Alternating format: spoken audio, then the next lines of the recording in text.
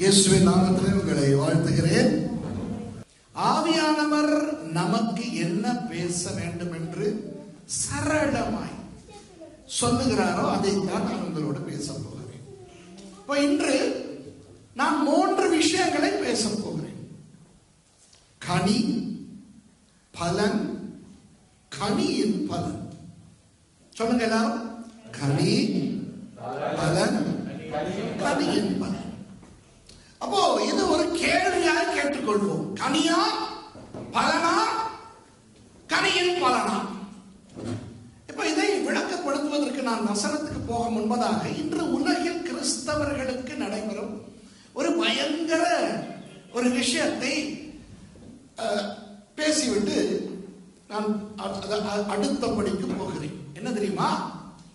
கள்ள உபதேசங்கள் பயங்கரமாய் பெருகிக் கொண்டிருக்கின்றன. ஆமாவா இல்லையா? கள்ள உபதேசங்கள், கள்ள தீர்க்கதரிசிகள், கள்ள போதகர்கள், கள்ள மேய்ப்பர்கள், கள்ள சுவிசேஷகர்கள், இப்படி கள்ளர்கள் பயங்கரமாய் பெருகி போன ஒரு காலத்திலே வாழ்ந்து கொண்டிருக்கிறோம். இதை இயேசுவானவர் சொன்னார். மத்தேயு 24 அவர் சொன்னார், கடைசி காலத்திலே என்னுடைய நாமத்தை தரித்துக் கொண்டு வருவார்கள். அவருடைய நாமத்தில், இயேசுவின் நாமத்தை தரித்துக் கொண்டு வந்து கள்ளர்கள் முடியுமானால் கூடுமானால் தெரிந்து கொள்ளப்பட்டவர்களையும் வஞ்சித்து விடுவார்கள் என்று. இப்ப இலங்கையை எடுத்து பார்த்தால் இலங்கையிலே நாளுக்கு நாள் கள்ள போதகங்கள் பெருகிக் கொண்டே இருக்கின்றன. நான் இலங்கையிலே பல கள்ள உபதேசங்களுக்கு எதிராய் பிரபலமாய் வெளிப்படையாய் பேசி வந்த ஒரு ஆள். அப்போ அந்த கள்ள உபதேசத்தை பற்றி பேசுவேன், அப்புறம் இந்த கள்ள உபதேசத்தை பற்றி பேசுவேன். கடைசியிலே ஒரு சில மாதங்களுக்கு முன் ஆண்டவர் எனக்கு ஒரு விஷயத்தை கற்றுக் கொடுத்தார். அது எந்த விதத்தில் வந்தது தெரியுமா? அமெரிக்காவிலே இந்த ஃபெடரல் பியூரோ ஆஃப் இன்வெஸ்டிகேஷன் இருக்கிறது, FBI. அந்த FBI-லே ஒரு பிரிவு இருக்கிறது, கள்ள நோட்டு கண்டுபிடிக்கிற பிரிவு. அப்போ அந்த பிரிவின் தலைவர் மிகவும் வெற்றிகரமான ஒரு ஆள். அவருக்கு கீழே பலரை பயிற்றுவித்து அவர்கள் அமெரிக்க கள்ள நோட்டுகளை கண்டுபிடிக்க அவர்கள் செயல்படுகிறார்கள். அப்போ ஒரு நாள் அந்த பெரியவரை அழைத்து தொலைக்காட்சி நிறுவனத்தினர் பேட்டி எடுக்கிறார்கள். அவர்கள் சொல்லுகிறார்கள், ஐயா, நீங்கள் கள்ள நோட்டு கண்டுபிடிப்பதில் சிறந்தவர். நீங்கள் பயிற்றுவிப்பவர்கள் கூட கள்ள நோட்டை கண்டுபிடிக்க எந்த விதத்தில், எந்த ரூபத்தில், எவ்வளவு அழகாக கள்ள நோட்டு அடித்தாலும் உங்கள் கையிலோ அல்லது நீங்கள் பயிற்றுவிப்பவர்கள் கையிலோ அது சிக்கினால் மாட்டிக்கொண்டு விடுகிறது. எப்படி இதை கண்டுபிடிக்கிறீர்கள்? எப்படி கள்ள நோட்டு கண்டுபிடிப்பவர்களை பயிற்றுவிக்கிறீர்கள் என்று கேட்டார்கள். அதற்கு அவர் என்ன சொன்னார் தெரியுமா? நான் பயிற்றுவிப்பவர்களோ கள்ள நோட்டை தொட்டு கூட பார்ப்பதில்லை, கண்களால் ஏறெடுத்தும் பார்ப்பதில்லை. அப்ப கேட்டார்கள், அப்ப எப்படி நீங்கள் கண்டுபிடிக்கிறீர்கள்? எப்படி என்றால், நல்ல நோட்டை பயங்கரமாக அமைவோம், நல்ல நோட்டை கண்ணை கட்டிக்கொண்டு தொட்டு தொட்டு தொட்டு தொட்டு தொட்டு பார்த்து அந்த நல்ல நோட்டின் ஸ்பரிசத்தை பழகிக் கொள்கிறோம். அப்புறம் நல்ல நோட்டில் ஒவ்வொரு சென்டிமீட்டராக இந்த மூலையில இருந்து இந்த மூலை, அப்புறம் இந்த மூலையில் இருந்து கீழே, அந்த மூலையில இருந்து கீழே, அப்புறம் அந்த மூலையிலிருந்து இந்த மூலை ஆராய்ந்து இந்த பக்கத்தை படிப்போம் வருடக்கணக்கில். அப்புறம் அடுத்த பக்கத்தை திருப்பி படிப்போம். அமெரிக்கன் டாலர் என்றால் $1 இருக்கிறது, $2 இருக்கிறது, $5 இருக்கிறது, $10 இருக்கிறது, $20 இருக்கிறது, $50 இருக்கிறது, $100 இருக்கிறது. அவ்வளவுதான். இந்த நோட்டுகளை நாங்கள் 3 வருடங்கள் படிக்கிறோம். வேண்ட தெய்வமே, யோசித்து பாருங்கள். 3 வருடங்கள் ஒருவருக்கு இந்த நோட்டு $1, $2 இந்த நோட்டுகளை கொடுத்து இதை மட்டும் ஆராய சொல்லிக் கொடுக்கிறோம். அப்போ என்ன நடக்கிறது என்றால், எந்த அளவுக்கு எங்களுக்கு நல்ல நோட்டு தெரியும் என்றால், எவன் எந்த விதத்தில் ஒரு கள்ள நோட்டை அடித்தாலும் அதை பார்த்தவுடன் எங்களுக்கு தெரிகிறது இது அசல் அல்ல, இது நகல். கண்ணை மூடிக்கொண்டு ஒரு கள்ள நோட்டை தொட்டாலும் எங்களுக்கு தெரியும் இது அதுவல்ல என்று. இது என் கண்களை திறந்தது. நான் இலங்கைக்கு வந்த உடனே நான் என்னுடைய சபைக்கு இதை சொல்லிக் கொடுத்தேன். நானும் ஒரு தீர்மானத்தை எடுத்தேன். இந்த கள்ள உபதேசங்களையும் கள்ள உபதேசகர்களையும் ஆராய போனால் நமக்கு மூச்சு விடக்கூட நேரம் இருக்காது. ஏன்? புதிது புதிதாய் தோன்றுவார்கள், புதிது புதிதாய் கற்பனை செய்து புதிது புதிதாய் அவர்கள் உபதேசத்தை கொடுப்பார்கள். இப்போ புதிதாய் ஏதோ கொரியாவிலே இருந்து சியோன் என்கின்ற ஒரு அமைப்பு வந்து தொலைபேசியிலே கிறிஸ்தவர்களை அழைத்து வேத பாடத்தை கற்றுக் கொடுப்பதாக சொல்லி அவர்களை நாசமாக்கி கொண்டிருக்கிறார்கள். அப்போ நான் என்ன செய்ய வேண்டும்? அவர்களுடைய உபதேசத்தை ஆராய வேண்டும். அதற்கு எத்தனை மாதங்கள் ஆகுமோ? அப்புறம் இன்னொருவன் தன்னை இப்பொழுது புதிதாக இயேசு என்று சொல்லிக் கொண்டு திரிகிறான். அப்போ நான் அவனை ஆராய வேண்டும். இப்படி ஒவ்வொரு கண்டனாக நான் ஆராய்ந்து பார்க்கும் போது எனக்கு நல்ல நோட்டை ஆராய்வதற்கு நேரமே கிடைக்காது. புரிகிறதா? அப்போ கிறிஸ்தவர்கள் என்ன செய்ய வேண்டும்?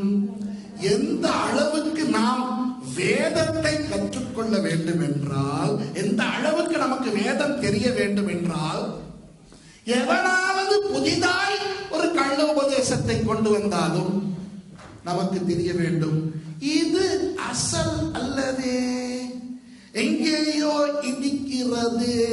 புரிகிறதா? இப்போ இந்த தமிழர்கள் இருக்கிறோமே, தமிழர்கள் நமக்கு இருக்கிற பிரச்சனை, நாம் பயங்கரமான உணர்வாளிகள். நம்முடைய உணர்வை தூண்டிவிட்டு தான் சாத்தான் விளையாட்டு காட்டிக் கொண்டிருக்கிறான். இப்போ இந்த டெலிடிராமா என்று இருக்கிறது. இப்போ இந்த டெலிடிராமா பார்க்கின்றவர்களுக்கு தெரியும் இது நடிப்பு என்று. டெலிடிராமா என்றால் என்ன தெரியுமா? எவனுடைய வீட்டிலோ நடக்கிற கூத்தை காட்டுவது. தமிழர்களுக்கு சரியான இஷ்டம் எவன் வீட்டில் என்ன நடக்கிறது என்று பார்ப்பதற்கு. அது பொய்யாய் புனைந்து கதையாய் போட்டாலும் பார்க்க ஆசை. அப்போ அதிலே சிரிக்கும் போது இவர்கள் சிரிப்பார்கள், அதிலே அழும் போது இவர்கள் அழுவார்கள். தமிழர்களுக்கு சிரிக்க ஆசை, அழ ஆசை, பயப்பட ஆசை. சின்ன காலத்திலே அந்த பயமுறுத்துகிற கதை சொல்லுகிற ஒரு மாமா இருப்பார், இருக்கா? அந்த மாமா வந்தால் சரியான ஆசை. அப்ப இதனிலே டாய்லெட் எல்லாம் போய் வந்து விட்டு ஷீட்டை பொறுத்துக்கணும், மாமா இப்ப தொடங்குங்க அந்த பேய் கதை என்று சொல்லி பயப்பட ஆசைப்படும். இந்த நாம் ரட்சிக்கப்பட்டு வந்து விட்டோமா, இதை பயன்படுத்தி பிசாசு நம்முடைய உணர்வுகளை தோண்டி விடுவான். அப்ப இந்த இடத்துல நான் வந்து கத்தி ஓடி எல்லாருக்கும் ஆண்டவர் சந்தோஷத்தின் ஆவியை ஊற்றுகிறார் என்ற உடனே எல்லாரும்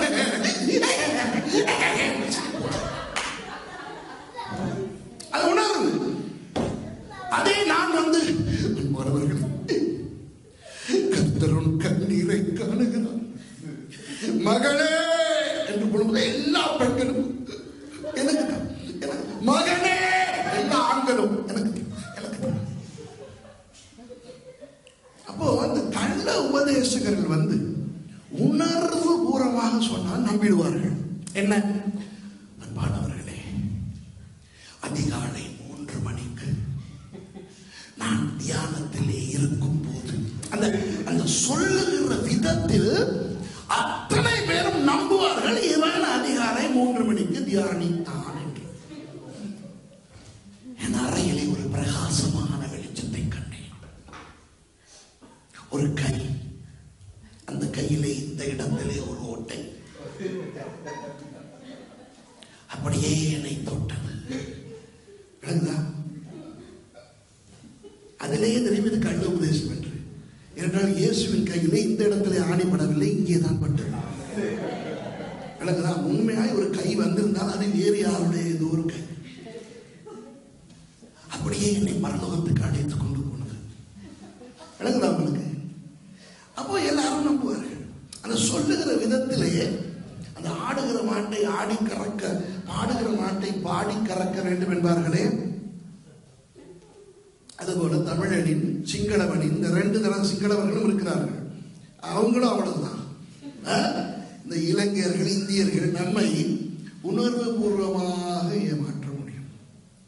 இப்போ இயேசு ஆனவர் நமக்கு அழகாக கற்றுக் கொடுத்தார் கள்ள உபதேசகர்களை கண்டுபிடிப்பது எப்படி என்று.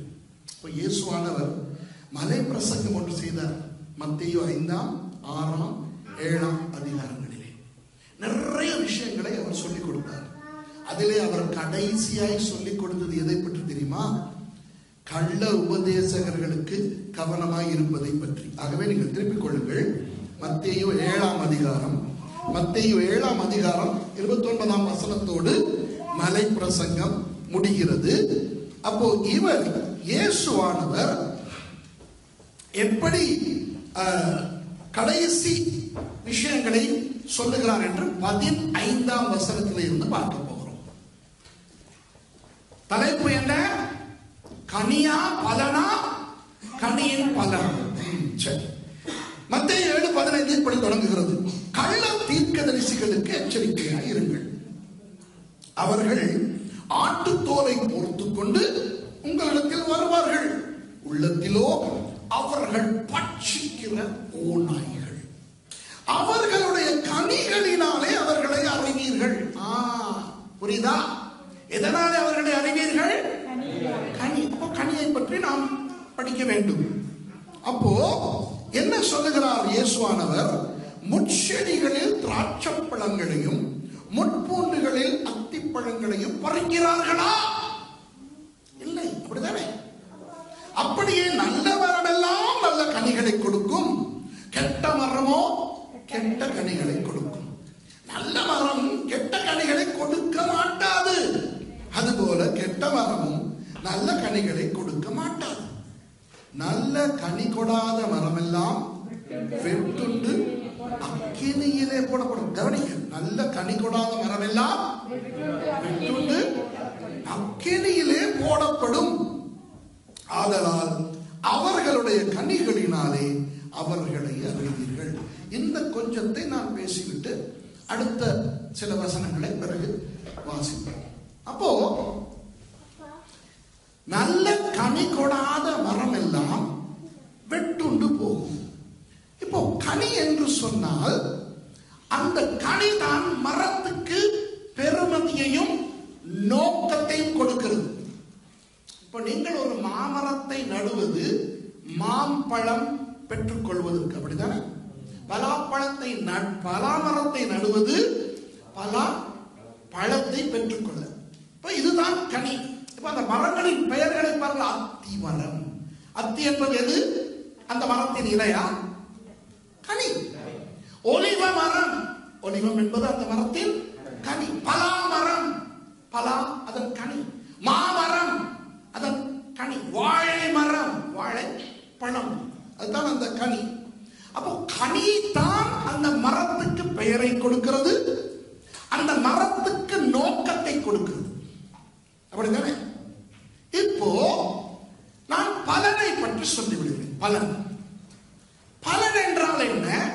ஒரு மரத்தால் மக்கள் பெற்றுக்கொள்ளக்கூடிய, மக்களோ யாரோ மிருகங்களோ பறவைகளோ பெற்றுக்கொள்ளக்கூடிய பலன். சரி, ஒரு மரத்தை எடுப்போம், பலா மரத்தை எடுப்போம். எல்லாருக்குமே பலா மரம் தெரியும், அப்படிதானே? உங்களுக்கு தெரியுமா, இலங்கையிலே நாட்டு வைத்தியர்கள் இருக்கிறார்களே, சிங்கள நாட்டு வைத்தியர்கள், அவர்கள் அந்த பலாமரத்தின் வேரிலே இருந்து மூலிகை செய்கிறார்கள், தெரியுமா? பலாமரத்து வேரிலே இருந்து மருந்து செய்கிறார்கள். அப்போ அந்த பலாமரத்தின் வேர் அந்த வைத்தியர்களுக்கு ஒரு பலனை கொடுக்கிறது. அந்த பலாமரத்தின் இலையை ஆடு வளர்க்கிறவர்கள் ஆட்டுக்கு உணவாய் கொடுக்கிறார்கள், தெரியுமா? யாராவது ஆடு வளர்த்திருக்கீங்களா? இல்லையா? ஆடு பலா இலையை விரும்பி சாப்பிடும். அப்போ அது அந்த மரத்தால் வருகிற ஒரு பலன். அந்த பலா மரத்தின் வாதுகள், கிளைகள் காயும் போது அதை விறகுக்கு பயன்படுத்துகிறார்கள். இப்போ இலங்கையிலே பெல்குடியிலே இந்த நமது மாணவர்கள் எல்லாரும் விறகு அடுப்பிலே தான் சமைக்கிறார்கள் தெரியுமா? அப்போ நிறைய விறகு தேவைப்படும். எங்களுடைய தோட்டத்தில் பலா மரங்கள் நிறைய உண்டு. அப்போ அந்த பலா வாது ஒன்று காய்ந்து விட்டால் அதை தரித்து வெட்டி விறகாய் பயன்படுத்துகிறார்கள். அது அந்த மரத்தால் நமக்கு கிடைக்கிற இன்னொரு பலன். அதுபோல பலா பலகை என்பது உயர் ரக பலகை. அந்த பலகையை கொண்டு தளவாடங்கள் செய்கிறார்கள். மேஜை, நாற்காலி, கட்டில், அப்புறம் உடுப்பு அடுக்குகிற கபர்ட் எல்லாம் செய்கிறார்கள். அது மாத்திரமல்ல, ஜன்னல் நிலைகள், கதவு நிலைகள், ஜன்னல் பலகைகள், கதவுகள் இவையெல்லாம் செய்கிறார்கள். அப்போ பலா பலகை என்பது அந்த மரத்தின் பலன். புரிகிறதா? இப்போ அந்த மரத்தை நடுவது பலனை பெற்றுக் கொள்வதற்கா, கனியை பெற்றுக் கொள்வதற்கா? கனியை பெற்றுக் கொள்வதற்கு. என்னதான் பலன் வந்தாலும் கனி இல்லாவிட்டால் அந்த மரம் பிரயோஜனமே இல்லை. அதனுடைய நோக்கமும் கிடையாது, அதனுடைய பெயரும் இல்லாமல் போய்விடும். புரிகிறதா? இந்த இடத்துல இயேசுவானவர் சொல்லுகிறார், 19வது வசனம் மிக மிக முக்கியமான ஒரு வசனம். நல்ல கனி கொடாத மரம் எல்லாம் வெட்டுண்டு அக்கினியிலே போடப்படும். ஏன்? கனி கொடாவிட்டாலும் பலன் இருக்கிறது என்று திருப்தி அடையக்கூடாதா? தேவனுடைய சித்தத்தை தேவன் இங்கு காட்டுகிறார். தேவன் நமக்கு சொல்லுகிறார், உங்களாலே பலன் கிடைக்கலாம், ஆனால் எனக்கு பலன் வேண்டாம். எனக்கு கனிதான் வேண்டும். புரிகிறதா? மனிதன் கனியை பார்ப்பவன் அல்ல, பலனை பார்க்கிறவன். தேவன் பலனை பார்க்கிறவர் அல்ல, கனியை பார்க்கிறவர். இப்போ இது கொஞ்சம் குழப்பமாக இருக்கிறது உங்களுக்கு. நான் என்னுடைய சாட்சியிலேயே தொடங்குகிறேன். இதோ நான் 1986ஆம் ஆண்டு ஆண்டவரால் ஒரு பிரத்யேகமான முறையில் தொடப்பட்டு என் வேலையை எல்லாவற்றையும் விட்டுவிட்டு நான் ஆண்டவருக்கு ஊழியத்துக்கு வருகிறேன். அந்த நேரம் எனக்கு தெரிந்தது தமிழ் மாத்திரமே. சிங்களம் தெரியாது, ஆங்கிலம் தெரியாது. அந்த நேரத்திலே நான் ஒழுங்காக படித்தில்லை. வெறும் 10ஆம் கிளாஸ் படித்து விட்டு வீட்டை விட்டு ஓடி போனவன் நான். புரிகிறதோ? அப்போ என்னிடத்திலே இருந்தது 2. ஒன்று சண்டை. நான் நன்றாய் சண்டை பிடிப்பேன். சந்தேகம் என்றால் மேசியிடம் கேட்டு பாருங்கள், உறுதிப்படுத்த நிஷாவிடம் கேட்டு பாருங்கள். சண்டை பிடிக்க ஆசை. நான் சண்டை பயின்றேன், கற்றும் கொடுத்துக் கொண்டிருந்தேன். ஃபைட்டர். அதை ஊழியத்தில் பயன்படுத்த முடியுமா? நீங்கள் உங்களுக்கு தெரியும், ஊழியத்துக்கு அது ரொம்ப பிரயோஜனப்படும். அது வேறு. இன்றைக்கு நிறைய சபைகளிலே சண்டைகள் நடக்கின்றன. ஆகவே உங்களுக்கு சண்டை பயிற்சி நீங்கள் ஒரு ப்ரூஸ்லியாக ஜக்கி சேனாக இருந்தால் அது ஆசீர்வாதம். விளங்குதா? இன்றைக்கு நிறைய சபைகளிலே அடிப்படி சண்டைகளாம் நடக்கிறது. நான் இந்த காலத்தில் ஊழியத்துக்கு வந்தவன் அல்ல. நான் 86 வந்தவன். அந்த காலத்தில் சபைகளுக்குள்ள சண்டைகள் நடந்தன. அப்போ இன்னொன்று இடத்துல இருந்தது. என்ன? சங்கீதம். நான் உலகத்துக்கு பாட்டு பாடினவன், இசை வாசித்தவன். அப்ப என்னிடத்திலே உருப்படியாய் ஒரு பலன், என்னாலே ஏதாவது ஒரு பலன் தேவனுக்கோ யாருக்கோ கிடைக்கும் என்றால் அது அந்த இசை தான். உடனே நான் ஆண்டவரிடத்திலே சொன்னேன், ஆண்டவரே, நான் பாட்டுகள் எழுதுகிறேன், இசை அமைக்கிறேன், நான் ஆராதனை எல்லாம் செய்கிறேன். அந்த காலத்திலே சபைகளிலே நல்ல இசையெல்லாம் இருக்காது. அப்போ ஆண்டவர் என்னிடத்திலே சொன்னார், எனக்கு உன் பலன் வேண்டாம். விளங்குதா? எனக்கு உன்னால் எந்த பலனும் எனக்கு வேண்டாம். நீ கனி கொடுக்க வேண்டும். ரெண்டு ஒண்ணுதானே? இல்லை, கனி வேறு பலன் வேறு. இப்போ உன்னிடத்துல இருக்கிறதா நீ சொல்லுகிறாயே, அது பலன். அப்போ உன்னாலே எனக்கு கனி வேண்டும். அப்ப நான் உன்னை புதிதாய் நட வேண்டும். என்ன ஆண்டவரே இது? நான் உன்னை புதிதாய் நட வேண்டும் என்றால் ஒரு தாவரத்தை நடுவதற்கு நீங்கள் என்ன செய்ய வேண்டும்? குழி தோண்ட வேண்டும். ஆமாவா இல்லையா? நான் உன்னை தோண்ட வேண்டும், அப்புறம் பசலை இட வேண்டும், அப்புறம் ஒரு சின்ன விதையை நட வேண்டும், அப்புறம் அந்த விதை சாக வேண்டும், அப்புறம் அது முளைவிட வேண்டும், அப்புறம் அது வளர வேண்டும், அப்புறம் அது வளர்ந்து கனி தர வேண்டும். நான் கேள்விப்படுகிறேன், நீ நாளைக்கு நாளன்றைக்கு வருவதாய் இருக்கிறதா? இயேசு சீக்கிரம் வருகிறார் வருகிறார் என்று அவன் சொல்லி திரிகிறான். இப்போ நீர் சொல்வதை பார்த்தால் இங்கே தோண்டி ஊன்றி பசலையிட்டு வளர்வதற்குள்ளே நீர் வந்து அடைத்துக் கொண்டு போய் விடுவீரே, இதெல்லாம் டைம் வேஸ்ட். நான் ஆண்டவருக்கு நிறைய புத்தி சொன்னேன், ஒன்றையும் அவர் கேட்டுக்கொள்ளவில்லை. நீங்களும் அப்படிதான் எத்தனை தரம் புத்தி சொல்லி இருக்கிறோம் ஆண்டவர்கள் இல்லையா? எங்களுடைய பிள்ளையை எப்படி வளர்த்து கொடுக்க வேண்டும் என்று ஆண்டவரத்தில் சொல்லி இருக்கிறோமா இல்லையா? நாதா, என் பிள்ளையை இப்படித்தான் நீர் வளர்க்க வேண்டும். சுவிட்சர்லாந்திலே பிள்ளை வளர்ப்பது உனக்கு தெரியாது, நான் சொல்லி தருகிறேன், கேட்டுக்கொள்ளும். சொல்லி இருக்கிறோமா இல்லையா? எப்படிப்பட்ட வேலை எனக்கு வேண்டும் என்று ஆண்டவருக்கு சொல்லிக் கொடுத்திருக்கிறோமா இல்லையா?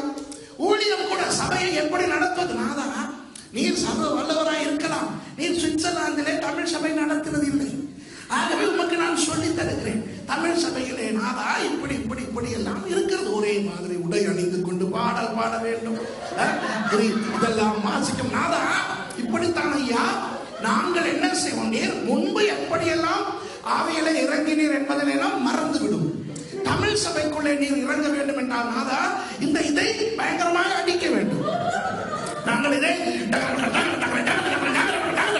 என்று அடிக்கும் போது நாதா மைக்கிலே நாங்கள் கத்துவோம், இறங்குகிறார் இறங்குகிறார், அப்போதான் நீர் இறங்க வேண்டும். ஆண்டவருக்கு சொல்லிக் கொடுக்கிறோம் இல்லையா நாங்க? ஆமாவா இல்லையா? அதற்கு முன்னே இறங்கி வந்து விடாதையும் சரி வராது. அப்புறம் நாதா முன்னாலே யாராவது வந்தால் நீர் அவர்களை தள்ள வேண்டும். நாங்கள் எங்களுக்கு தள்ள தெரியும், ஆனால் மாட்டிக்கொள்ளுவோம். நாங்கள் கை வைக்கும் போது தள்ளும். ஆண்டவருக்கு சொல்லிக் கொடுக்கணும், விளங்குது உங்களுக்கு? அப்ப யாரும் விழாவிட்டால் ஆண்டவர் சொல்ல, இந்த நாதா இன்றைக்கு நீ கொஞ்சம் வீக்கோ, அப்படிதான் செய்யக்கூடாது ஆண்டவரே, விளங்குதா? தமிழ் சபையில ஒரு ஊழியக்காரன் வந்தால் விழுந்து எழுப்பினால் தான் ஆண்டவரை அபிஷேகம். இப்படி ஆண்டவருக்கு சொல்லிக் கொடுப்பது நான் ஆண்டவருக்கு சொல்லிக் கொடுத்தேன். நாதா நீர் சொல்லுவதை பார்த்தால் ரொம்ப காலம் எடுக்குமே.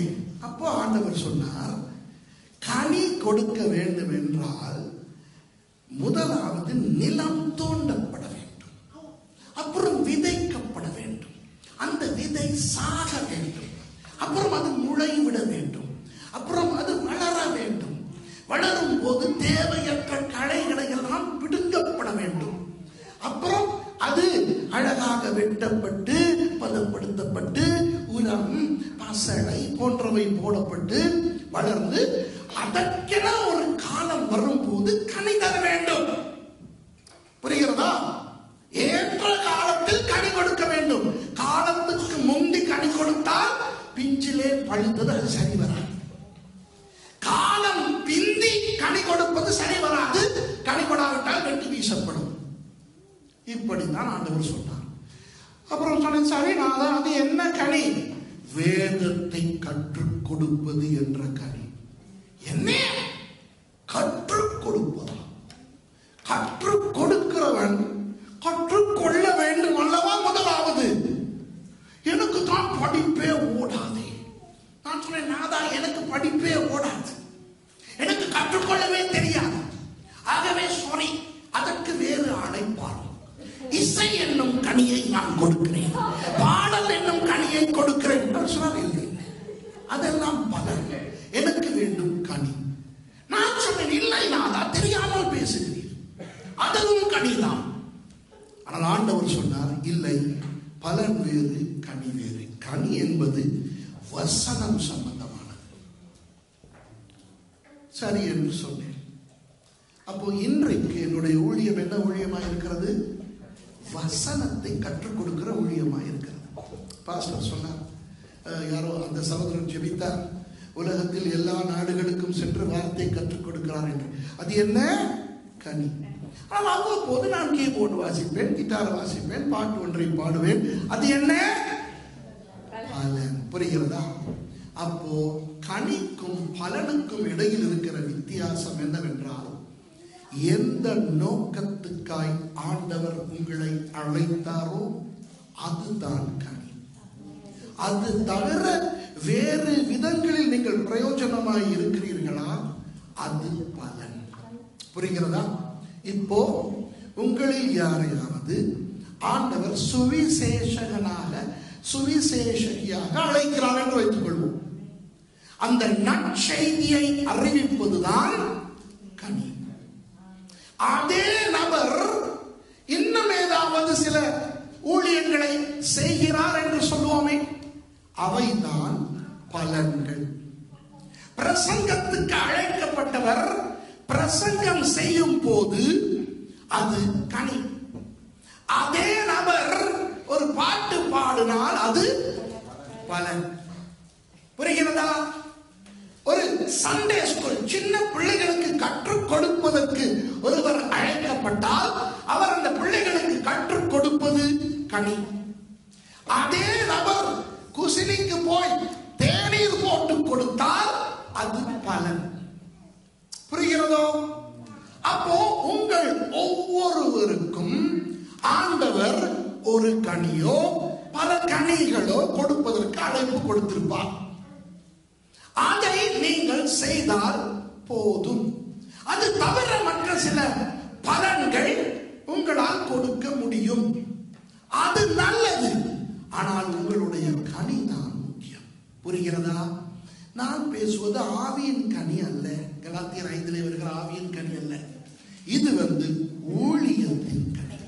புரிகிறதா? இன்னும் கொஞ்சம் போக போக போக உங்களுக்கு இந்த செய்தி விளங்கும். புரிகிறதோ? இப்போ பலன் கொடுத்தவர்கள் கனி கொடாமல் இருக்கும் பொழுது என்ன நடக்கும் என்று நான் சொல்லுகிறேன். அடுத்து வாசியுங்கள். பரலோகத்தில் இருக்கிற என் பிதாவின் சித்தத்தின்படி செய்கிறவனை, 21வது வசனம், பரலோக ராஜ்யத்தில் பிரவேசிப்பானே அல்லாமல் என்னை நோக்கி கர்த்தாவே கர்த்தாவே என்று சொல்லுகிறவன் அதில் பிரவேசிப்பது இல்லை. ஐயோ, தேவனை பார்த்து கர்த்தாவே கர்த்தாவே என்று சொல்லுகிறதுனால் ஒருவன் பரலோகம் போக முடியாதான்? கனி கொடுத்தால் தான் பரலோகம் போக முடியுமா? பாருங்க, அந்நாளில் அநேகர் என்னை நோக்கி, கொஞ்சம் பேரா அநேகரா? அநேகர். கர்த்தாவே கர்த்தாவே உமது நாமத்தினாலே தீர்க்க தரிசனம் உரைத்தோம் அல்லவா, உமது நாமத்தினாலே பிசாசுகளை துரத்தினோம் அல்லவா, உமது நாமத்தினாலே அநேக அற்புதங்களை செய்தோம் அல்லவா என்பார்கள். அப்பொழுது நான் காலம் உங்களை அறியவில்லை, அக்கிரம செய்கைக்காரர்களே என்னை விட்டு அகன்று போங்கள் என்று அவர்களுக்கு சொல்லுவேன் என்கிறார். இப்போ நான் உங்களிடத்தில் ஒரு விஷயம் கேட்கிறேன். நான் உங்களிடத்தில் இப்படி சொல்லுகிறேன், நேற்று நான் 17 பிசாசுகளை துரத்தினேன் என்று நிறைய பேர் நம்புவீர்கள். நான் சொல்லுகிறேன், நான் இங்கிலாந்திலிருந்து வரும்போது முடவர்களுக்கு ஜெபித்தேன், அவர்கள் நடந்தார்கள், குருடர்களுக்கு ஜெபித்தேன், அவர்கள் பார்த்தார்கள் என்று நான் சொல்லுகிறேன். நிறைய பேர் நம்புவீர்கள். நான் பொய் சொன்னாலும் நம்புவதற்கு மக்கள் உண்டு. பாஸ்டர் சுரேஷ் பொய் சொல்ல மாட்டார் என்று நினைக்கிற ஒரு கூட்டமும் உண்டு. ஆமாவா இல்லையா? ஆகவே நான் நன்றாய் உங்களை ஏமாற்றலாம். ஆனால் நான் இயேசுவினிடத்துக்கு போய் நான் செய்யாத ஒன்றை செய்தேன் என்று அவரிடத்துல சொல்ல முடியுமா? அவரை பார்த்து நான் நேற்று பேய் துரத்தினேன் என்று சொல்ல முடியுமா? முடியாது. இப்ப இந்த இடத்திலே இயேசு என்ன சொல்லுகிறார்? அந்நாளிலே அநேகர் வந்து கர்த்தாவே கர்த்தாவே உமது நாமத்திலே தீர்க்க தரிசனம் உரைத்தோமே என்பார்கள். அப்போ யார் அவர்கள்? உண்மையாக அவருடைய நாமத்தில் தீர்க்க தரிசனம் உரைத்தவர்கள். புரியுதா? தீர்க்க தரிசனம் உரைக்காதவன் வந்து சொல்ல முடியுமா? உமது நாமத்திலே பிசாசுகளை துரத்தினோமே என்கிறார்கள். யார்? அவருடைய நாமத்திலே பிசாசுகளை துரத்தினவர்கள். துரத்தாதவன் வந்து அவரிடத்திலேயே இதை சொல்ல முடியுமா? முடியாது. ஆகவே இந்த வசனத்திலே உமது நாமத்தினாலே தீர்க்க தரிசனம் உரைத்தோம் என்று தீர்க்க தரிசனம் உரைத்தவர்கள் இருக்கிறார்கள். உமது நாமத்தினாலே பிசாசுகளை துரத்தினோம் என்று சொன்ன பிசாசு துரத்தினவர்கள் இருக்கிறார்கள். உமது நாமத்தினாலே அநேக அற்புதங்களை செய்தோம் என்று சொல்லுகின்ற அநேக அற்புதங்கள் செய்தவர்கள் இருக்கிறார்கள். அப்ப இவர்கள் எல்லாம் யார்? உண்மையாக தீர்க்க தரிசனம் உரைத்தவர்கள், உண்மையாக பிசாசு துரத்தினவர்கள், உண்மையாக அற்புதங்கள் செய்தவர்கள். புரிகிறதா? யாருடைய நாமத்திலே? சாய்பாபாவின் நாமத்திலேயா? இயேசுவின் நாமத்திலே. ஆனால் அவர்களை பார்த்து இயேசு சொல்லுகிறார், உங்களை நான் என்றைக்குமே அறியேன், அக்கிரமக்காரரை என்னை விட்டு அகன்று போங்கள். ஏன்? நீ பலன் கொடுத்தாய், கனி கொடுக்கவில்லை. புரியுதா? நீ பலன் கொடுத்தாய், கனி கொடுக்கவில்லை. நீ கள்ளன், நீ கள்ள உபதேசி. ஆண்டவர் நமக்கு ஒரு எச்சரிக்கையை கொடுக்கிறார். அற்புதங்களின் பின்னால் ஓடாதே, தீர்க்க தரிசனங்களின் பின்னால் ஓடாதே, பிசாசு துரத்துகிறவன் பின்னால் ஓடாதே. ஏன்? ஒருவேளை அந்த மனுஷன் பிசாசுகளை துரத்துகிறானா இருக்கலாம், அவன் கனி கொடுக்கிற ஊழியனா இல்லையா என்று உங்களுக்கு தெரியாது. புரியுதா? அற்புதங்களின் பின்னாலே இன்றைக்கு ஓடுகிறார்களே, அவர்களுக்கு தெரியாத அந்த அற்புதம் செய்கிறவர்கள் கனி கொடுக்கிறவர்களா அல்லது சும்மா பலன் கொடுக்கிறவர்களா என்று. வெறும் பலன் மட்டும் கொடுக்கிறவர்கள் தேவனுக்கு தேவையில்லை, கனி கொடுக்கிறவர்கள் தான் தேவை. அப்போ என்ன, அதை பற்றி அவர் மேலும் அவர் என்ன சொல்லுகிறார்? 24வது வசனம் எப்படி தொடங்குகிறது என்று பாருங்கள். ஆகையால், அப்போ இந்த வசனம் எதோடு தொடர்புபட்டது? மேலே சொல்லப்பட்ட விடயங்களோடு தொடர்புபட்டது. ஆகையால் நான் சொல்லிய இந்த வார்த்தைகளை கேட்டு இவைகளின்படி செய்கிறவன் இவனோ அவனை கன்மலையின் மேல் தன் வீட்டை கட்டின புத்தி உள்ள மனுஷனுக்கு ஒப்பிடுவேன். பெருமழை சுரிந்து பெருவெள்ளம் வந்து காற்று அடித்து அந்த வீட்டின் மேல் மோதியும் அது விழவில்லை. ஏனென்றால் அது கன்மலையின் மேல் அஸ்திபாரம் போடப்பட்டிருந்தது. இந்த இடத்துல இயேசுவானவர் கன்மலை என்று சொல்லுவது எதை? வார்த்தையை. அப்படிதானே? சிலர் சண்டே ஸ்கூலில் இதை வேறு மாதிரி சொல்லிக் கொடுக்கிறவர்களும் உண்டு. ஆனால் இந்த இடத்துல இயேசு வார்த்தையை பற்றி பேசுகிறார். வார்த்தையின் மேலே கட்டப்படாத எதுவுமே நல்ல கனி கொடுக்கிற ஒன்று அல்ல.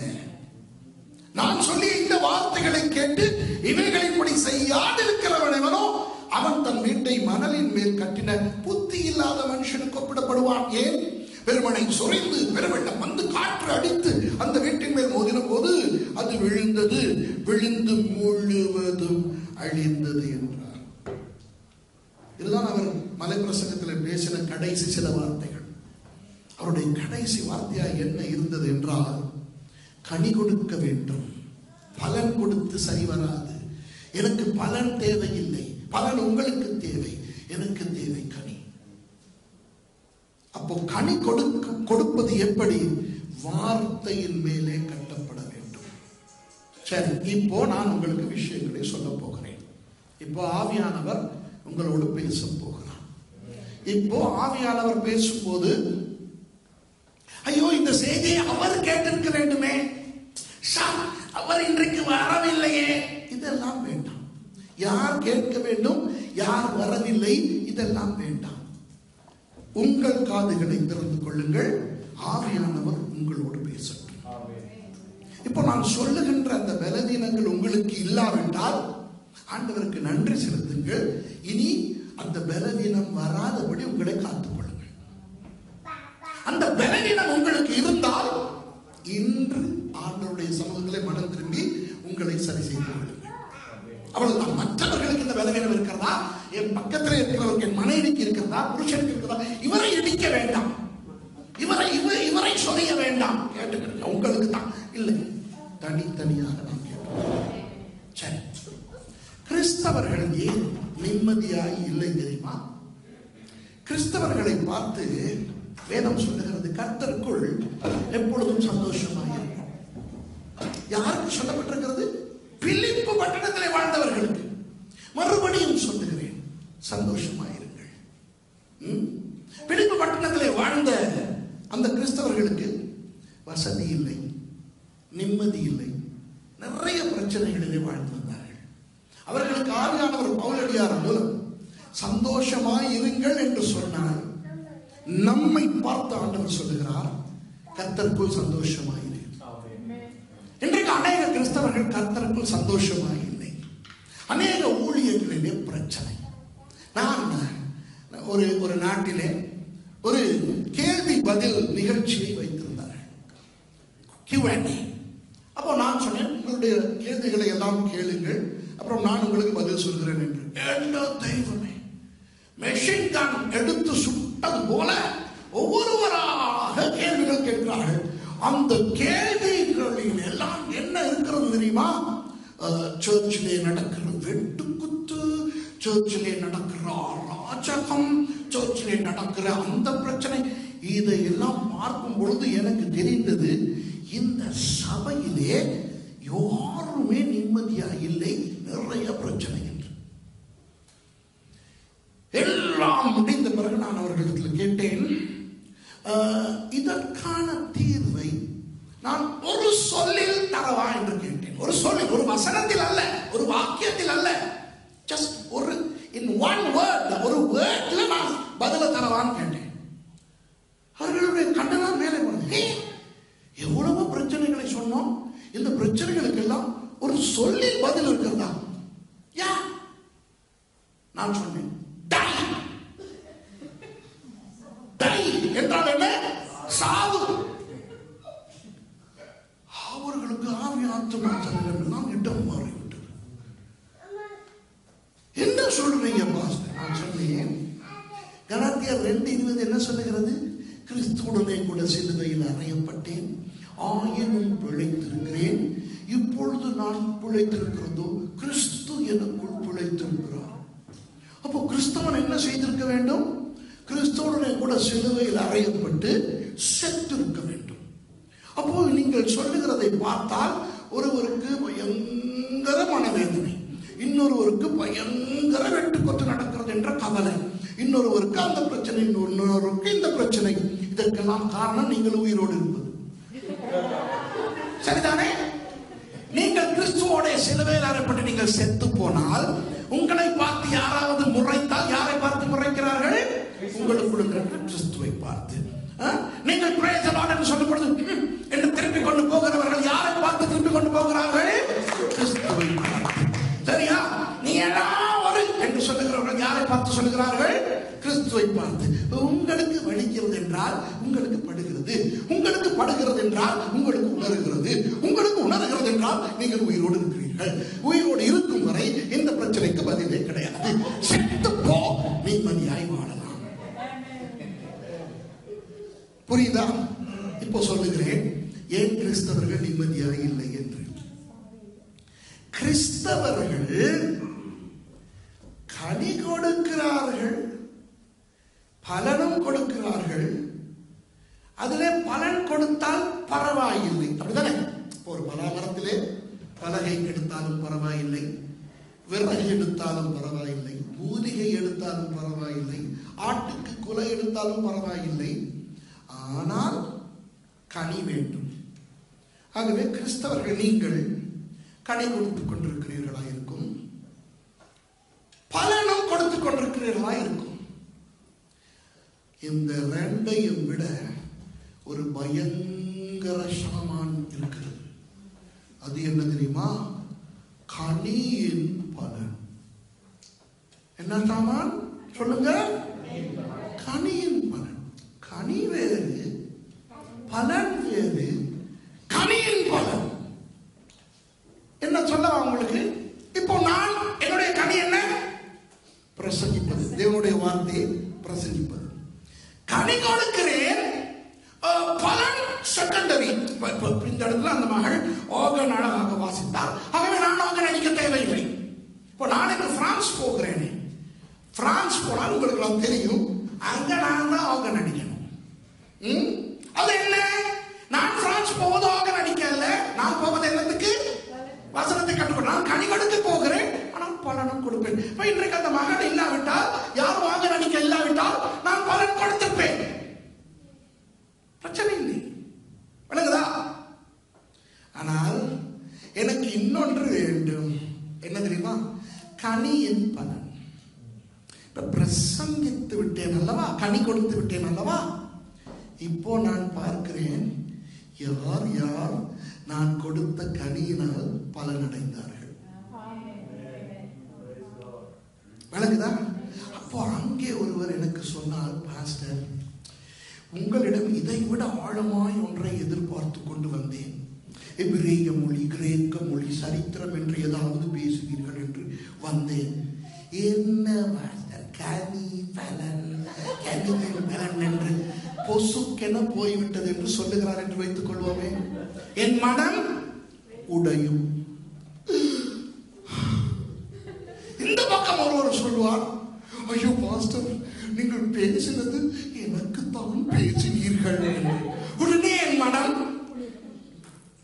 அப்போ நான் சந்தோஷப்பட போகிறேனா துக்கப்பட போகிறேனா என்று நிர்ணயிப்பது யார்? என் கனியை சாப்பிடுகிறவர்கள். விளங்குதா? அடுத்து இன்னொரு கனியின் பலனை சொல்லவா? இப்போ நான் விசிட்டிங் ஸ்பீக்கராய் வந்து விட்டேன். அப்போ ஐரோப்பாவுக்கு விசிட்டிங் ஸ்பீக்கராய் வந்தால் ஒரு என்விலப் கொடுப்பார்கள். தெரியுமா? நிக்கை, காணிக்கை. விளங்குதா? மாதிரி காணிக்கைக்காகவே கண்ணு ஓடும். எங்க பார்த்தாலும் கையில என்விலப் இருக்கா, கையில என்விலப் இருக்கா, என்ன என்விலப் இல்ல மாதிரி இருக்கே, ஐயோ கடைசி நாள் மீட்டிங் முடிஞ்சே. விளங்குதா? அப்புறம் அந்த நேரம் வருகிறது. என்ன நேரம்? அவர் வந்து என்விலப்பு கொடுக்கிற நேரம். என்விலப்பு வாங்கி ஒட்டன ஓட்டுறது டாய்லெட்டுக்கு. ஏன்? அதை திறந்து பார்க்க வேண்டும். விளங்குதா? திறந்து பார்க்கும் போது ஐயோ ஐயோ ஐயோ, சாதாரணமா ஒரு இலங்கையிலிருந்து வருகிறவர் பெரிய எதிர்பார்ப்போடு வருவார். விளங்குதா? அவர் கனி கொடுக்கிறாரோ இல்லையோ, கனி காணி, கனி இருக்கோ இல்லையோ, காணி கை. வணக்கத்தை நான் சொல்றது, ஒரு பெரிய ஒரு காணிக்கை இருந்தால் இவர் சந்தோஷமா போவார். இவங்க நல்ல ஆளுங்களப்போ சுவிசேஷ சபை. வா, ஒரு மீடியம் காணிக்கையா இருந்தா பரவாயில்லை, ஏதோ தந்தீனம், டிக்கெட்டுக்காவது ஷேப் கொஞ்சம் குறைவா கொடுத்துட்டா என்ன குதாரி கஞ்சன்கள். 7வது ஆண்டு விழா பெரிய ஹோல் எடுக்கிறாங்க, டெக்கரேட் எல்லாம் பண்றாங்க. இந்த காணிக்கை கொடுத்து, அப்போ நான் சந்தோஷமாய் போக போகிறேனா துக்கமாய் போக போகிறேனா என்று தீர்மானிப்பது எது? அந்த விளம். விளங்குதா? கனியின் பலன். புரியுதா உங்களுக்கு? நான் கனி கொடுத்து விட்டேன், ஆகவே நீங்கள் அதற்குரிய பலனை திருப்பி தாருங்கள். இதனால் தான் இன்றைக்கு கிறிஸ்தவம் சீரழிந்து கொண்டிருக்கிறது. இந்த கனியின் பலன் இருக்கிறதே, அதை பார்ப்பது பிசாசினுடைய வேலை. அப்போ நான் என்ன செய்ய வேண்டும்? கனி கொடுத்த பிறகு நான் இயேசுவின் இடத்துக்கு போய் கேட்க வேண்டும், நாதா, நான் கனி கொடுத்தது உமக்கு திருப்தியா? அவர் சொல்ல வேண்டும், நல்லது உண்மையும் உத்தமமும் உள்ள ஊழியக்காரனே, கொஞ்சத்தில் உண்மையாயிருந்தார், அது போதும். மற்றவர்கள் எனக்கு தவறாய் சொன்னாலும் நன்றாய் சொன்னாலும், தவறாய் சொன்னது என்னை வேதனைப்படுத்தவும் கூடாது, நன்றாய் சொன்னது என்னை மகிழ்விக்கவும் கூடாது. புரிகிறதா? மக்கள் சொல்லுவார்கள், நீங்கள் என்ன செய்ய வேண்டும்? யாராவது கேவலமாய் சொன்னால்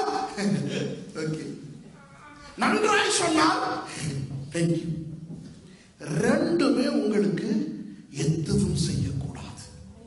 எருமை மாட்டின் மேல் மழை பெய்த மாதிரி இருக்க வேண்டும். நம்முடைய பிரச்சனை என்னவென்றால், நமக்கு வெட்கம், மானம், ரோஷம், சூடு, சுரணை இருக்கிறது. இந்த 5 இருந்தால் உயிரோடு இருக்கிறோம். அப்போ நாம் கலாத்தியர் 2:20 படி கிறிஸ்துவோடு சிலுவையில் அறையப்படவில்லை. புரியுதா? எத்தனை பேர் எனக்கு சொல்றாங்க தெரியுமா? நீங்க பேசுற விதம் எங்களுக்கு பிடிக்கல. கையில ப்ராப்ளம் விளங்குதா?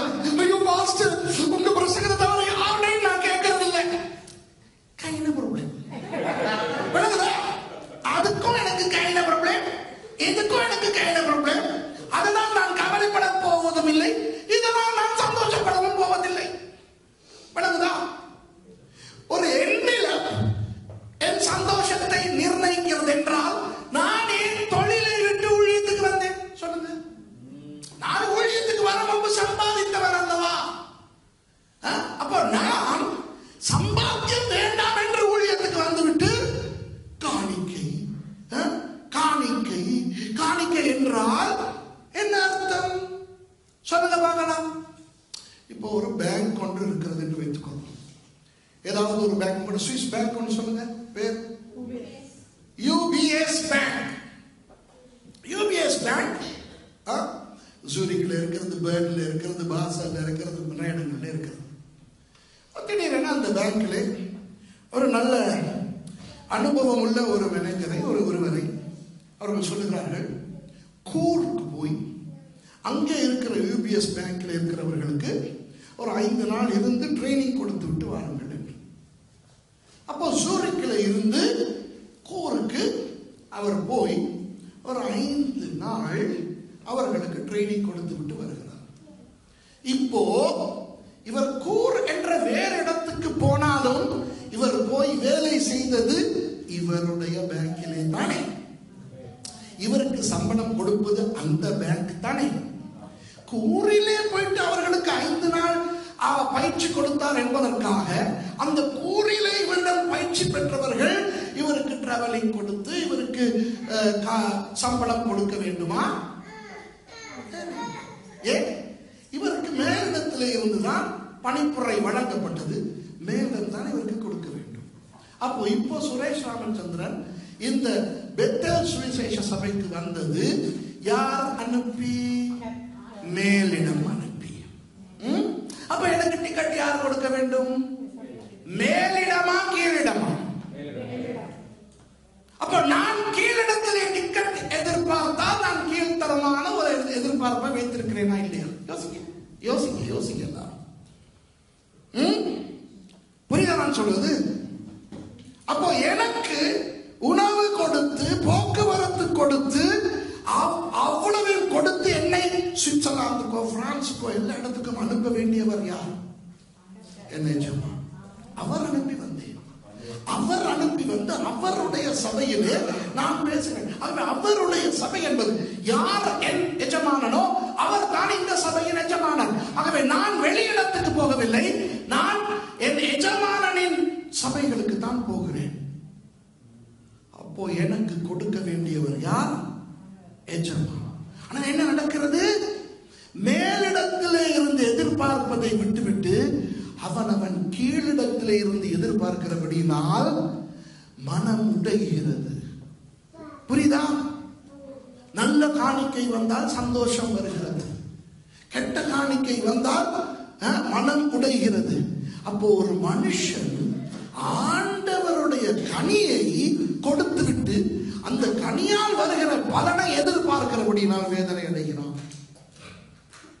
இருங்கள், நான் சபைக்கு வருகிறேன். அதற்கு முதல் இதை சொல்லிவிட்டு போகிறேன். ஒரு பலா மரம் பலா கனியை கொடுத்த பிறகு அந்த கனியை மனிதன் பறித்து சாப்பிடுகிறானா, குருவிகளும் அணில்களும் சாப்பிடுகின்றனவா, அல்லது அந்த பழம் அப்படியே அழுகி நிலத்திலே விழுகிறதா என்பது அந்த மரத்தின் பிரச்சனை அல்ல. சரியா? புரியுதா நான் சொல்றது? சொல்ற பலா மரத்திலே பலாக்கனி இருக்கிறது, கிளி வந்து சாப்பிடுகிறது, அணில் கொத்துகிறது, இதெல்லாம் சாப்பிட்டு போகும்போது ஐயோ இது ஒரு கேவலம் கெட்ட மரம் என்று சொல்ல முடியுமா? ஆக நீங்கள் கனி தரும் பொழுது அந்த கனியினால் பலன் அடைகிறார்களா, என்ன பலன் வருகிறது என்பது உங்களுடைய பிரச்சனை அல்ல, அது தேவனுடைய பிரச்சனை. புரியுதா? இப்போ நான் சொல்லுகிறேன் லோக்கல் சர்ச்சில் என்ன நடக்கிறது என்று, சாதாரண சபைகளிலே என்ன நடக்கிறது என்று. அந்த சகோதரியும் இந்த சகோதரியும் சுவிசேஷம் அறிவிக்க போகிறார்கள். அதுதான் அவர்களுடைய கனி. இப்போ நான் அவர்களுடைய பாஸ்டர். நான் கேட்கிறேன், சிஸ்டர், எத்தனை பேரை ஆண்டவருக்குள்ளே நடத்தினீர்கள்? 7 பேர். நீங்கள் எத்தனை பேரை ஆண்டவருக்குள் நடத்தினீர்கள்? ஒரு ஆள்.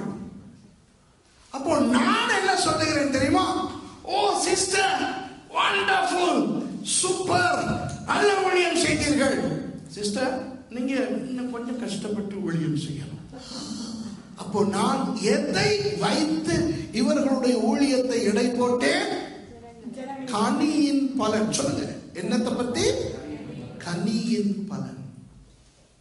ஒருவேளை அவர் போய் சுவிசேஷம் அறிவித்த இடத்திலே கஷ்டம் இல்லாமல் மக்கள் இயேசுவை ஏற்றுக்கொள்ளக்கூடியதாக இருக்கும். இவர் போன இடம் கஷ்டமான, இருதய கடினம் உள்ள மக்கள் இருக்கிற இடமா இருக்கும். அப்போ அவரும் இவரும் ஒரே அளவு ஜெபித்து, ஒரே அளவு ஆயத்தமாகி, ஒரே மாதிரி ஊழியம் செய்தாலும், அதாவது ஒரே விதமாய் கனி கொடுத்தாலும் கனியின் பலன் வித்தியாசமாக இருக்கிறது. தலைமைத்துவம் கனியின் பலனை வைத்து பாராட்டுகிறது. விளங்குதா? அப்ப இவர் மன உடைவுக்கு காரணம் என்ன? கனி அல்ல, கனியின் பலன். சீனியர் பாஸ்டர்மார் செய்கிற தவறை சொல்லுகிறேன். அவர்களுடைய கிளை பாஸ்டர்மார்களை எல்லாம் வைத்து வாரத்துக்கு ஒரு முறையோ மாதத்துக்கு ஒரு முறையோ கூட்டம் நடத்துவார்கள். அப்போ கேட்பார்கள், எத்தனை பேருக்கு ஞானஸ்நானம் கொடுத்தீர்கள், எத்தனை பேர் வருகிறார்கள் என்று. 100 பேர் இருக்கிற சபை, வாவ். 70 பேர் பரவாயில்லை. 20 பேர், ஐயோ, நீங்கள் இன்னும் கஷ்டப்பட்டு ஊழியம் செய்ய வேண்டும். உங்களுக்கு விளங்குதா? ஆமாவா இல்லையா? இன்றைக்கு இப்படி ஒரு எண்ணம் கிறிஸ்தவர்களுக்கு இருக்கிறதா இல்லையா? நீங்கள் சொல்லுங்க. 1000 பேர் ஒரு சபையில் இருந்தால் நல்ல சபை. 10 பேர் இருந்தால் அது நல்ல சபையே அல்ல. நேற்று ஒரு பாஸ்டர் என்னை சொன்னார், அடுத்த முறை வரும் பொழுது எங்கள் சபைக்கு வந்து பேச முடியுமா என்று. சரி என்று சொன்னால், அங்கே நிறைய ஜனங்கள் கிடையாது. நான் சொன்னேன், இயேசு ஒரு சமாரிய ஸ்திரீக்காக சமாரியாவுக்கு போனவர். ஆமாவா இல்லையா? நம்முடைய பிரச்சனை ஒரு நாள், இந்த ஒவ்வொரு பிப்ரவரி 10ஆம் தேதியும் எங்களுடைய வெல்வுட்டிலே பழைய மாணவர்களினுடைய கூடுகை நடைபெறும். காலேஜ் டே என்று சொல்லுவாங்க. ஒரு முறை காலேஜ் டேயிலே எல்லாரும் வந்திருக்கிறார்கள். சரியா? அப்போ அந்த பக்கம் பாஸ்டர் சமீர் உட்கார்ந்து இருந்தார், இந்த பக்கம் பாஸ்டர் மங்கல் உட்கார்ந்துதான். பாஸ்டர் மங்கல பக்கத்திலே நம்ம மோகன், உங்க மோகன், உங்களோட வந்து படிச்ச பாஸ்டர் மோகன் இருந்தார். அப்போ நான் ஒரு பாஸ்டரிடம் கேட்டேன், இவர்களை எல்லாம் பாஸ்டர் அருள்சனுக்கு தெரியும், அதனால தான் பேர் சொன்னேன். இவர்கள் எல்லாம் என்னிடத்திலே படித்தவர்கள். நான் சொன்னேன், பாஸ்டர், உங்கள் சபையில் எத்தனை பேர் இருக்கிறார்கள்? அப்போ 2000 தாண்டி விட்டது என்றார் அந்த பாஸ்டர். அப்புறம் இன்னொரு பாஸ்டரிடம் கேட்டேன், உங்கள் சபையில் எத்தனை பேர் பாஸ்டர்? 3000 தாண்டி விட்டது என்றார். அவர் பக்கத்தில் உட்கார்ந்து இருந்த அந்த பாஸ்டரிடம் கேட்டேன், உங்கள் சபையில் எத்தனை பேர் என்று. அவர் ஊழியம் ஆரம்பித்த 25 பேர் என்றார். விளங்குதா உங்களுக்கு? ஒரு பாஸ்டர் 2000 என்றார், இன்னொரு பாஸ்டர் 3000 என்றார், இன்னொரு பாஸ்டர் 25 என்றார்.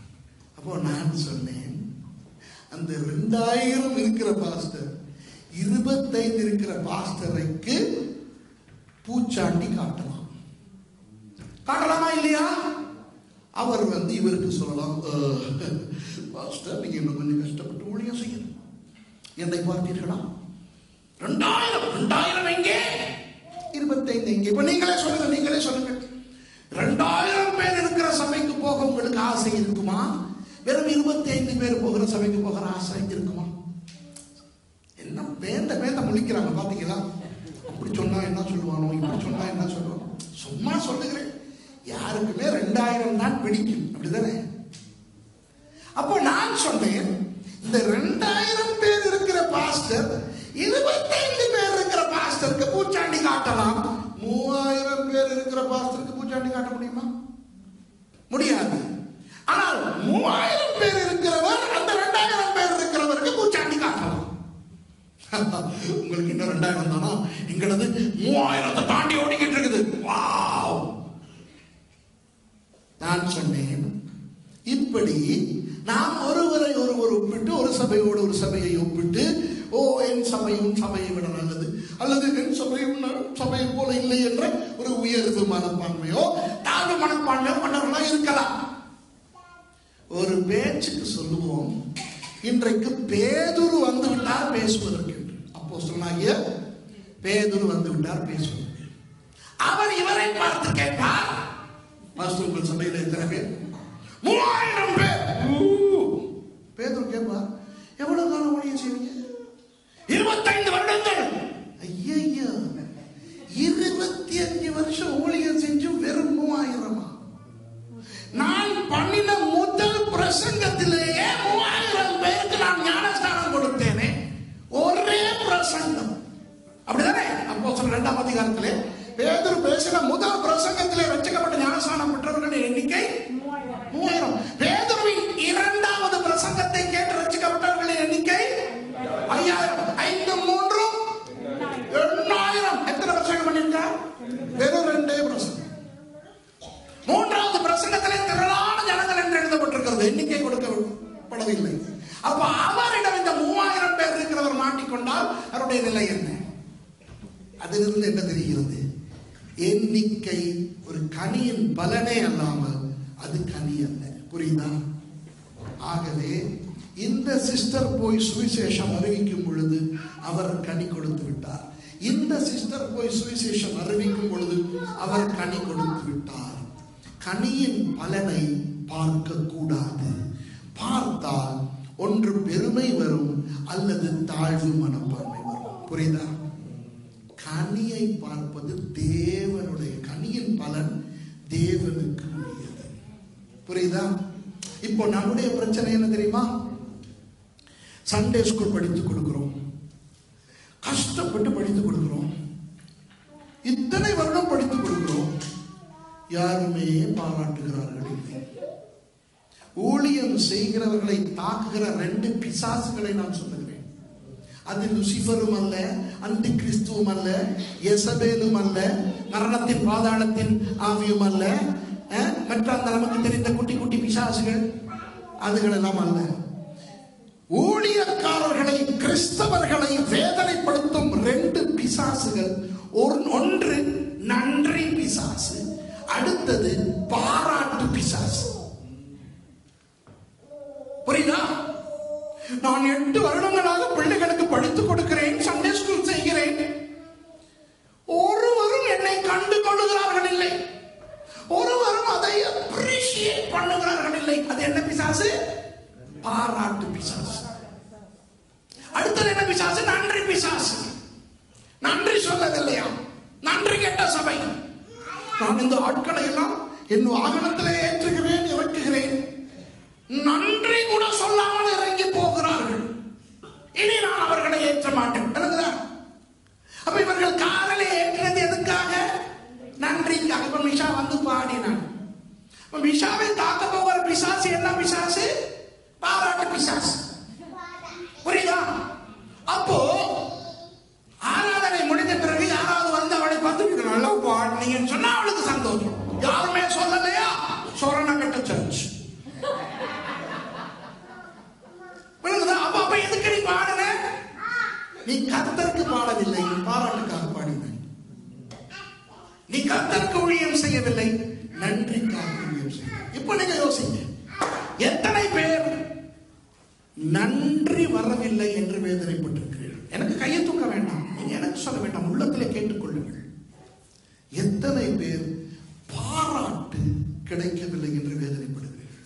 பாராட்டு என்பது வேண்டாம் என்பது மாத்திரமல்ல, ஐயோ கஷ்டப்பட்டு ஊழியம் செய்றீங்க, இவ்வளவு கஷ்டப்பட்டு செய்றீங்க, ஐயோ அப்படி யாருமே கண்டு கொள்ளலையோ.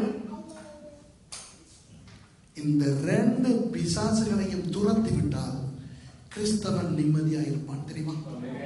ஆண்டவர் எனக்கு கற்றுக் கொடுத்தார்.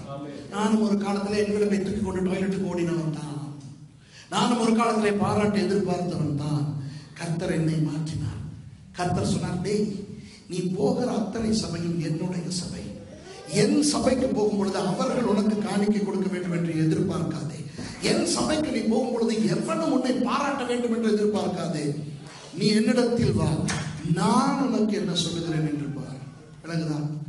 இப்போ நான் பிரசங்கம் செய்து முடித்தவுடன் என் ஆவிக்குரிய காதுகளுக்கு என்ன கேட்க வேண்டும்? அவர் சொல்லுவது கேட்க வேண்டும். நல்லது, உண்மையும் உத்தமமும் உள்ள ஊழியக்காரனே. அவன் வாசித்து விட்டு இறங்கும் பொழுது மகளுக்கு யாருடைய சத்தம் கேட்க வேண்டும்? இயேசுவின் சத்தம். நல்லது, உத்தமமும் உண்மையும் உள்ள ஊழியக்காரியை. பாடல் பாடி இறங்கின பிறகு, பிரசங்கம் பண்ணி இறங்கின பிறகு, வீட்டு கூட்டம் நடத்தி முடிந்த பிறகு, சின்ன பிள்ளைகளுக்கு கற்றுக் கொடுத்து முடிந்த பிறகு, நீங்கள் செய்யும் எந்த ஊழியத்தை நீங்கள் செய்து முடிக்கும் பொழுதும் இயேசு உங்களுக்கு சொல்லுகிறார், நல்லது, உண்மையும் உத்தமமும் உள்ள ஊழியக்காரனே, ஊழியக்காரியே, கொஞ்சத்தில் உண்மையாயிருந்தாய். அதோடு முற்றுப்புள்ளி வைத்து விட்டார். மற்றவர்களுடைய பாராட்டும் உங்களை சந்தோஷப்படுத்தாது. மற்றவர்களுடைய வசை சொல்லும் உங்களை வேதனைப்படுத்தாது. மற்றவர்கள் நன்றி சொல்லும் பொழுது நீங்கள் புலகிதம் அடைய போவதும் இல்லை.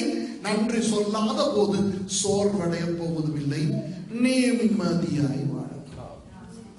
நிம்மதியாய் இந்த 7வது ஆண்டு விழாவுக்கு பிறகு நீங்கள் வாழ தீர்மானிக்கிறீர்களா? அது உங்கள் கையில். நடந்து முடிந்ததெல்லாம் போகட்டும்.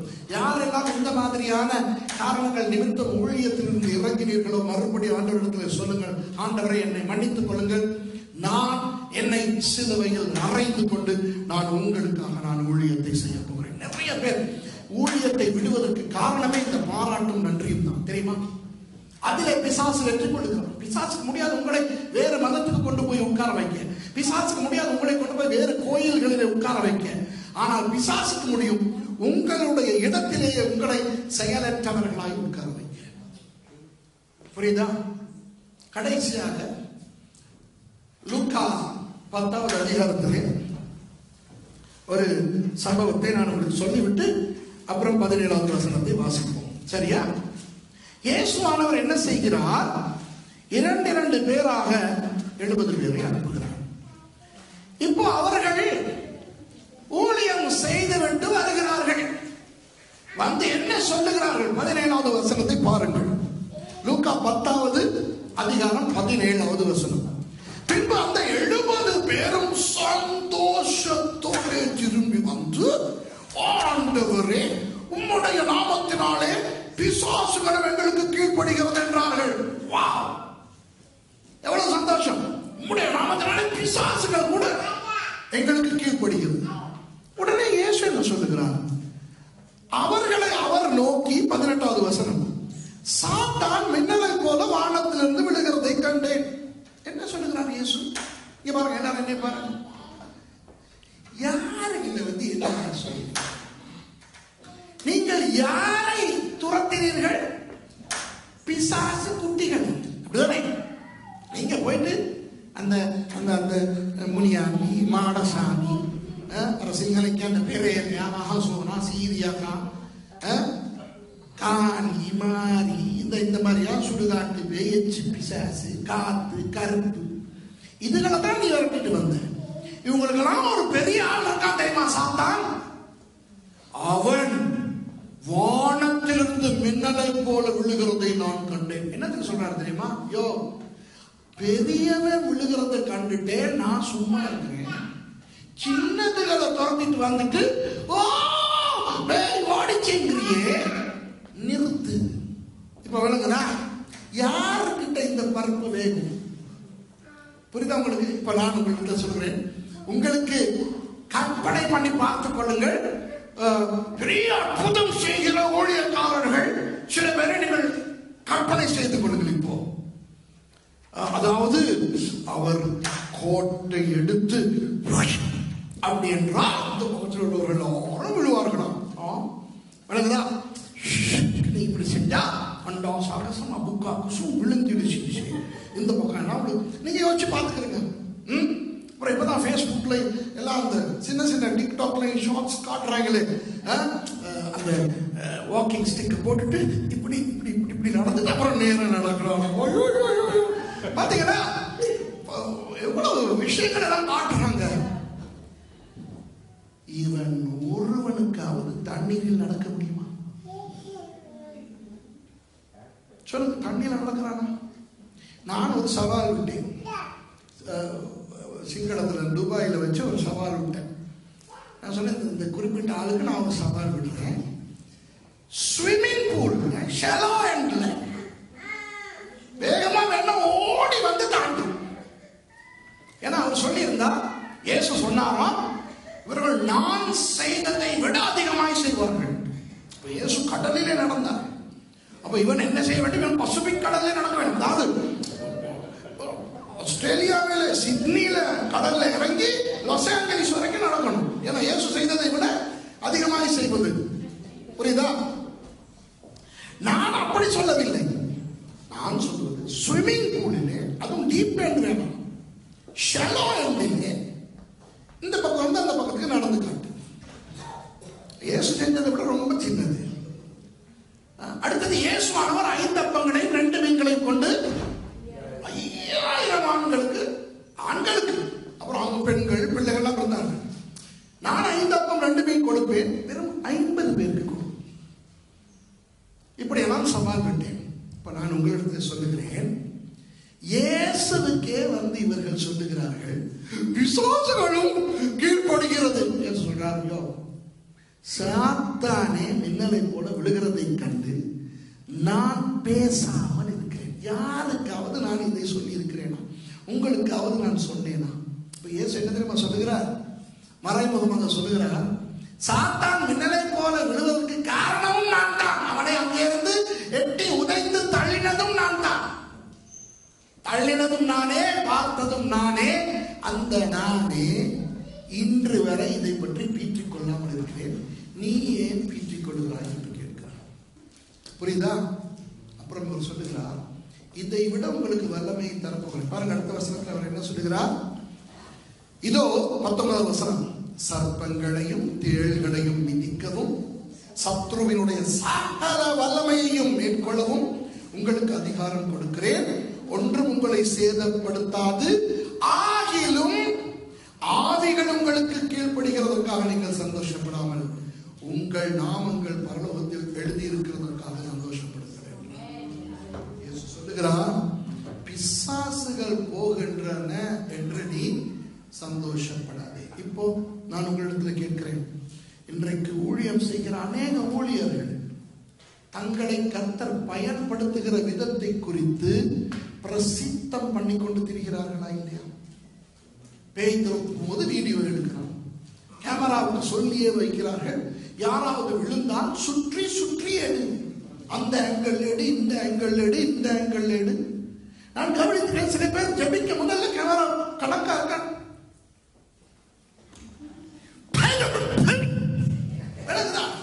உடனே Facebook, உடனே YouTube.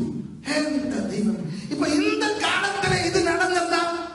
இந்த காலத்துல அவன் வீடியோவை கொண்டு வந்து இதோ வாருங்கள் ஐயா, டிக்டாக்ல வாருங்கள், எத்தனை பேர் ஓடுகிறது, எத்தனை பேருக்கு சுகம் கிடைக்கிறது என்னுடைய கூட்டத்தில். உடனே இயேசு சொல்லியிருப்பார், இதை குறித்து சந்தோஷப்படாமல் பரலோகத்திலே உங்கள் பெயர் எழுதியிருக்கிறது என்று சந்தோஷப்படுங்கள் என்று எதை பற்றி பேசுகிறார்?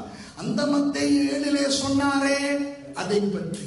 அதாவது, நான் உம்முடைய நாமத்திலே தீர்க்கதரிசனம் உரைத்தேன், உம்முடைய நாமத்திலே பிசாசு துரத்தினேன், உம்முடைய நாமத்திலே அநேக அற்புதங்களை செய்தேன் என்று என்னிடத்திலே வர வேண்டாம், உங்களை அறியேன் என்று சொல்லுவேன்.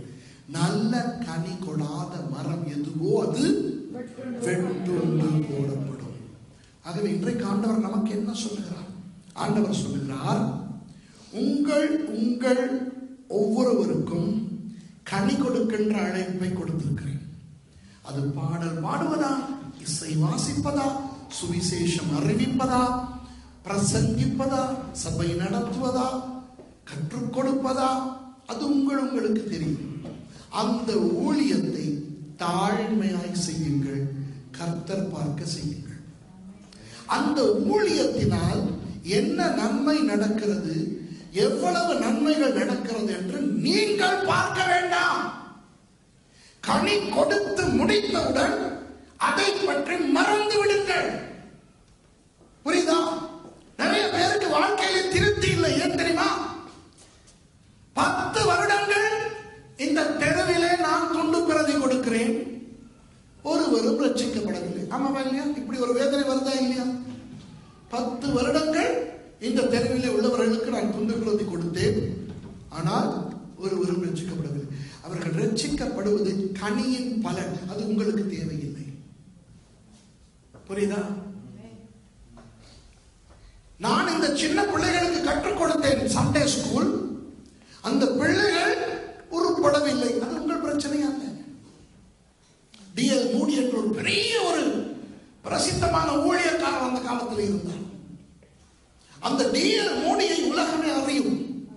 அவர் ஊழியத்தை வருவதற்கு காரணமாக இருந்தது யார் தெரியுமா? அவருடைய மாஸ்டர் அல்ல, அவருடைய சண்டே ஸ்கூல் டீச்சர். ஒரு பொல்லாத கீழ்ப்படிவில்லாத பையன். அவன் பாடசாலை முடித்து செருப்பு கடையில வேலை செய்தான். இவர் போய் அந்த செருப்பு கடையில நின்று கொண்டிருப்பார் இவன் வேலை விட்டு வரும் வரை. அப்புறம் அவன் அந்த கடையிலிருந்து வீட்டுக்கு போகும் வரை அவனோடே சென்று அவனுக்கு வசனத்தை கற்றுக் கொடுத்து பொறுமையாக அந்த மூடி என்கின்ற டிஎல் மூடியை நல்ல ஊழியக்காரனாய் மாற்றினவர் அந்த ஓய்வு நாள் பாடசாலை ஆசிரியர். அவரை யாருக்கும் தெரியாது. ஆகவே கனியின் பலனை எதிர்பார்த்து மனம் உடையவும் வேண்டாம், சந்தோஷமும் வேண்டாம். கர்த்தர் பேசினார் அவங்களோடு. அதாவது நீங்கள் செய்கிற ஊழியம் எதுவோ அது பெரிய ஊழியம். ஊழியத்திலே பெரிய ஊழியம் சிறிய ஊழியம் என்று ஒன்று கிடையாது. இப்ப நான் இவ்வளவு நேரம் வார்த்தை பேசினது, இந்த இடத்துல இருந்து பாடல் பாடினார்களே, அந்த ஊழியத்தின் அளவு முக்கியமானது. இந்த ஆர்கன் வாசித்தவர், இந்த ட்ரம் வாசித்தவர் செய்த ஊழியத்தின் அளவுக்கே என்னுடைய பிரசங்க ஊழியம் முக்கியமானது. புரிகிறதா? இதற்கு பிறகு உணவு பரிமாறுகிறீர்களே, அதுவும் அதே அளவு முக்கியமான ஊழியம். ஒரு விலை உயர்ந்த காரை எடுத்துக் கொள்ளுங்கள். அதற்கு இருக்கிற V12 என்ஜின் இருக்கிறது என்று வைத்துக் கொள்ளுங்கள். அந்த என்ஜினை பொருத்துகிறவர் முக்கியமா, அல்லது அந்த வாகனத்தின் சில்லு சக்கரத்தை டயரை பொருத்துகிறவர் முக்கியமா என்று கேட்டால் இரண்டுமே முக்கியம். ஏன்? V12 என்ஜின் இருந்தும் சக்கரம் இல்லாவிட்டால் அந்த கார் ஓடாது. எவ்வளவு நல்ல டயர் போட்ட ஒரு வாகனமா இருந்தாலும் என்ஜின் இல்லாவிட்டால் ஓடாது. ஆகவே ஊழியத்திலே எல்லா ஊழியர்களும் ஒரே அளவு பெருமதியானவை, முக்கியமானவை. ஆகவே நீங்கள் அந்த ஊழியத்தை ஒழுங்காய் செய்யுங்கள், கனி கொடுக்க செய்யுங்கள். கனியின் பலனை பார்க்கவே வேண்டாம். அப்படி பார்க்க கிடைத்தாலும் அது உங்களை வேதனைப்படுத்தவும் வேண்டாம், மகிழ்விக்கவும் வேண்டாம். சந்தோஷப்பட்டால் பழகி விடுவீர்கள். அப்புறம் அந்த சந்தோஷம் கிடைக்காத பொழுது மனமுடையும். இப்போ நான் பேசின இந்த பிரசங்கத்தை மாத்திரம் நீங்கள் உங்கள் வாழ்க்கைக்கு எடுத்துக்கொண்டால் ஒவ்வொரு இரவும் சுகமாய் நித்திரை கொள்வீர்கள். தெரியுமா? ஏன்? யார் என்ன சொன்னாலும் உங்களுக்கு வலிக்காது. யார் என்ன சொன்னாலும் உங்களுக்கு பாராட்டு வராது. முழுக்க முழுக்க நீங்கள் உலகத்துக்கு செத்து போய் கர்த்தருக்கு ஜீவிக்கிற ஒரு நபராக இருப்பீர்கள். அதிலே தான் நான் முயற்சி பண்ணி வாழ்ந்து கொண்டிருக்கேன். நீங்கள் சொல்லலாம், அப்ப பாஸ்டர் சுரேஷ், நீங்கள் அப்படித்தான் ட்ரை பண்ணி கொண்டு வருகிறேன். நானும் ஆனால் நிறைய வந்து விட்டேன். இப்போ எல்லாம் எனக்கு நீங்கள் மூஞ்சிக்கே வந்து நீ எல்லாம் மனுஷன், நீ கழுதான் என்று சொல்லக்கூடிய பக்குவம் வந்திருக்கிறது. இன்னும் கொஞ்சம் இருக்கு. விளங்குதா? எல்லாரும் நாம் திருந்த வேண்டும். கர்த்தர் பேசினாரா? கனி ஆண்டவருக்கு ஸ்தோத்திரம். பலன் பரவாயில்லை, இருந்தா ஓகே, இல்லாவிட்டாலும் ஓகே. கனியின் பலன் வேண்டவே வேண்டாம். விளங்குதா? அது ஆண்டவர் பார்த்துக்கொள்ளுங்க. எல்லாரும் கண்களை மூடிக்கொள்ளுங்கள். ஒரு நிமிஷம் எல்லாரும் கண்களை மூடிக்கொள்ளுங்க.